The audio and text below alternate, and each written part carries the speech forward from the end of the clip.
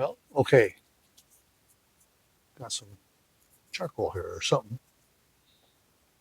I have a little sign on my lampshade in my office, and it says, try to develop the intuitive tolerance of the incomprehensibility of all things. I've had it there for 12 years. I thought, wow, well, that's a good topic to talk about. And then I thought, that's a lot to talk about. So we're going to have a shortened version of that talk. And then if there's interested in it, we can discuss it and talk about it and go for it. But I wanted to start off. And I looked that up, and I looked up, developing the intuitive tolerance of the incomprehensibility of all things. And I thought, well, that's the Shin Ming, And when I looked it up online, it said it was actually the Vimalakirti Sutra that kind of led to that. And so the Vimalakirti Sutra is here. I'm not going to read out of this, but I'd like to read 2 stanzas of the Shin Ming.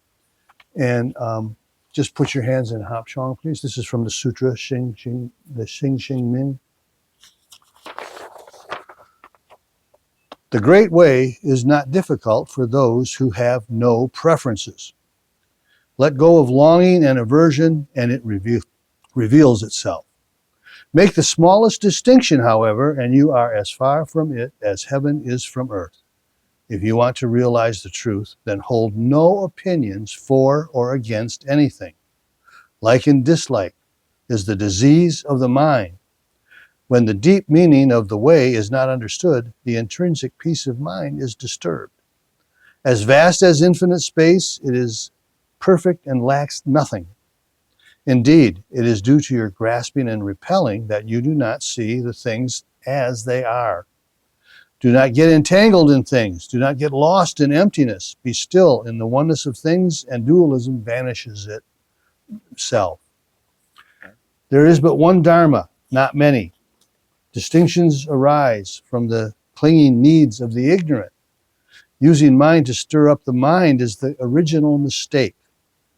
Peaceful and trouble derive from thinking. Enlightenment has no likes or dislikes.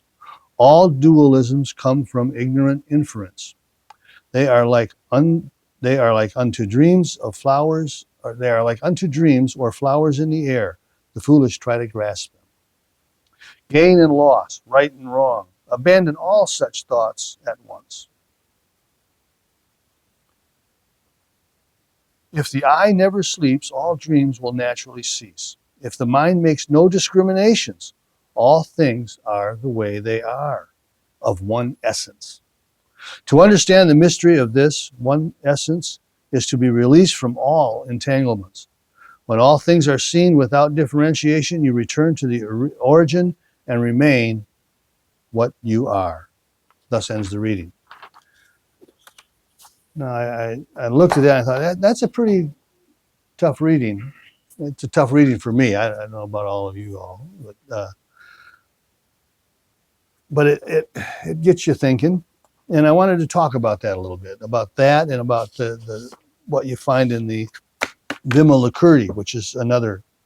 The Vimalakirti was written around the 100 or 200 of the Common Era, and the Sing Sing Min is attributed to about the 8th century of the Common Era. So they're things that have been removed from the Buddha by 500 to 1,000 years, but still have a lot of the Buddha philosophy there. Have all of the Buddha philosophy there. There are just some things in our Buddhist philosophy that don't quite register for me. And the concepts are beyond my understanding or my grasping. So I thought I'd talk about that. And if it's beyond your grasping, then we're akin to each other. So now I went to a Catholic school for 12 years. In grade school, we had the catechism classes every day. And in high school, they changed the call to religion classes. And the textbooks we had were composed of pages of questions and answers. The book would ask a question, and then it would give the answer right underneath it. It never gave the answer, don't know, hard to determine, or certainly not, words can't be used to describe something. I never saw those words in the Catholic tradition. Everything had an answer, and I would consider those answers fairly concrete. Now, they made God into a male, patriarchal, all-powerful being capable of love and retribution, mercy and judgment, all-powerful and all-knowing, much like a father would be to a child when you're in that third, fourth grade area. Based on the readings we just completed, the Xinxing Ming, Buddhist philosophy appears to be less concrete. I'm not saying that either one is right or either one is wrong. They're just different. Differences exist. I read from the Xinxing Ming, and there's a lot to grasp in the sutra. And when I first read it, I thought, oh boy, this is a long way from me. And I thought I needed to understand what was being presented, but it seemed out of my reach. In some ways, it didn't make sense that I was to hold no opinions for or against anything. I find myself having opinions about almost everything. And some of them are pretty strong. Over time, some aspects of the sutra seem less confusing, and it makes more sense now than when I first encountered it, probably about 12 to 15 years ago. The need to understand everything is a hindrance to understanding some of our Buddhist philosophy because it is filled with paradox. Some things are not understandable in our traditional way of understanding. Words and language may not be able to capture the essence of some things. There is an experiential understanding that goes beyond words. The Xinxing Ming ends with the stanza, the final words of this sutra are, words, words. The way is beyond language. Words never could, cannot now, and will never describe the way. Now, if not with words, well, how do you understand these teachings? That's what brings us to the phrase, the intuitive tolerance of the incomprehensibility of all things. When I looked it up, it referenced the Vimalakirti.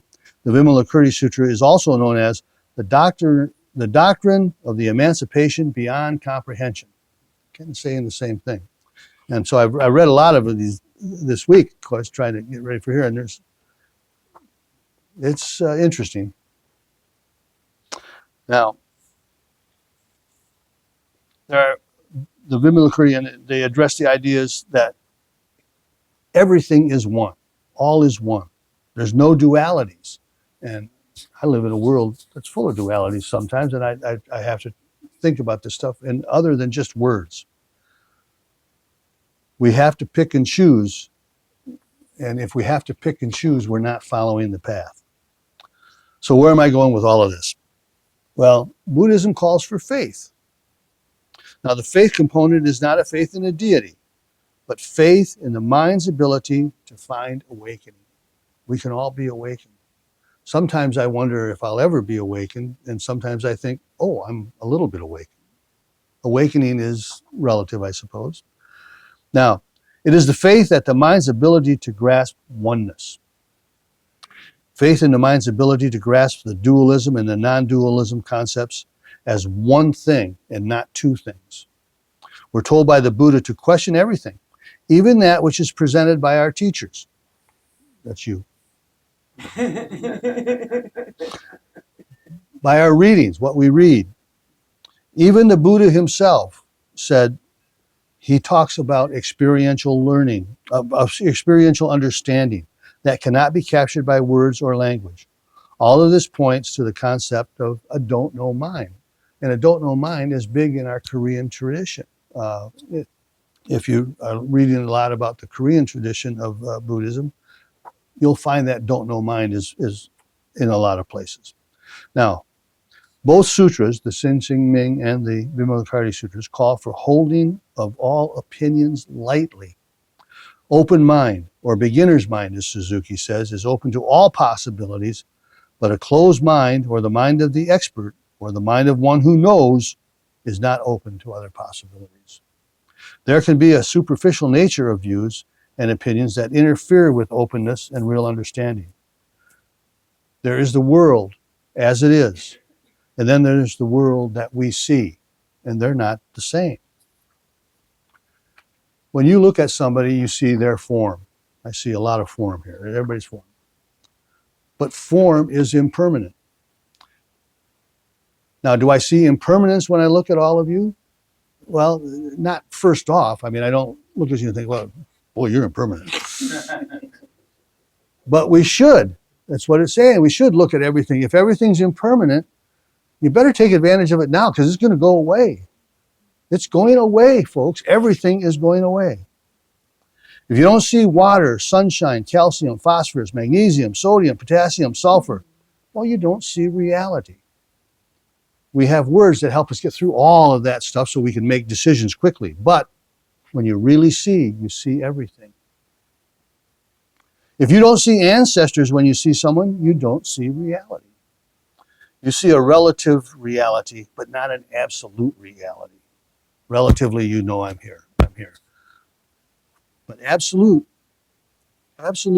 brings with it a suchness that each thing has or possesses, but it's not always observable because we have limited physical perceptions. Now, one of the paradoxes in the Vimalakirti Sutra is the line, "Those who seek the truth should not seek anything." Well, how do you reconcile with the statement, with the language of words? You don't. You can't use words to try to reconcile that, so stop trying to reconcile it. We look to be told what is right and wrong because that's easy. Buddhist philosophy doesn't tell us right and wrong, purity, defilement, blame or blessing, because it's all relative. It's all impermanent and it is all one. By the way of example, big and small are dualistic, but they are relative and have no meaning one without the other. So they are one. If one doesn't exist without the other, they are one. The earth is small when compared to Jupiter or the sun, but it's big when compared to the moon. Everything is this way in the world of dualistic thinking. We like to have things in black and white, right or wrong.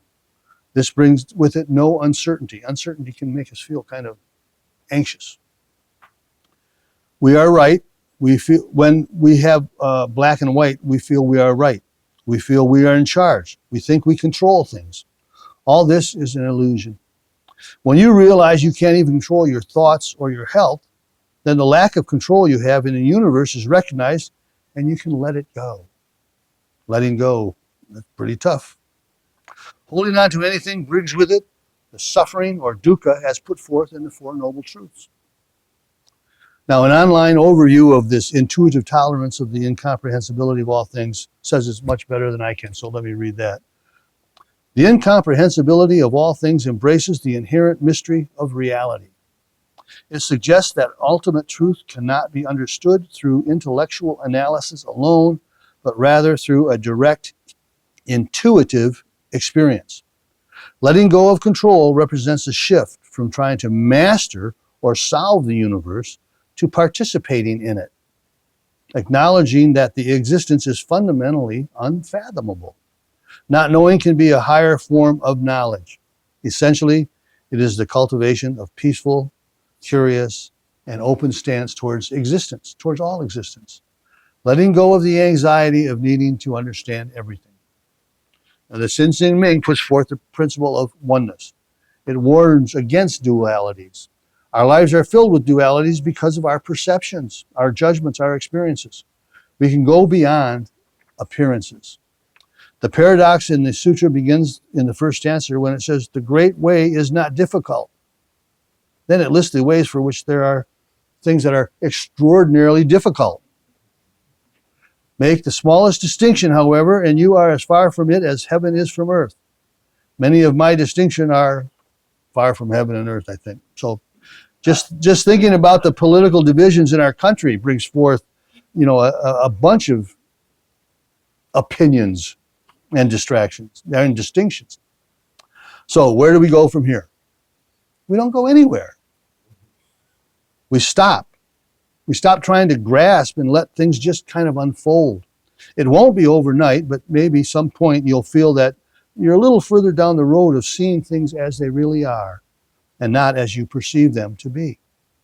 In the meantime, just start and focus on some of our basic philosophy, the Four Noble Truths, the Noble Eightfold Path, the Four Immeasurables, the 7 Factors of Enlightenment, And what I consider to be the big one, do no harm. If you do no harm, relax and go with the flow. If you live in a world of doing no harm, the paradoxical will not be confusing. But always remember that after the ecstasy comes the laundry.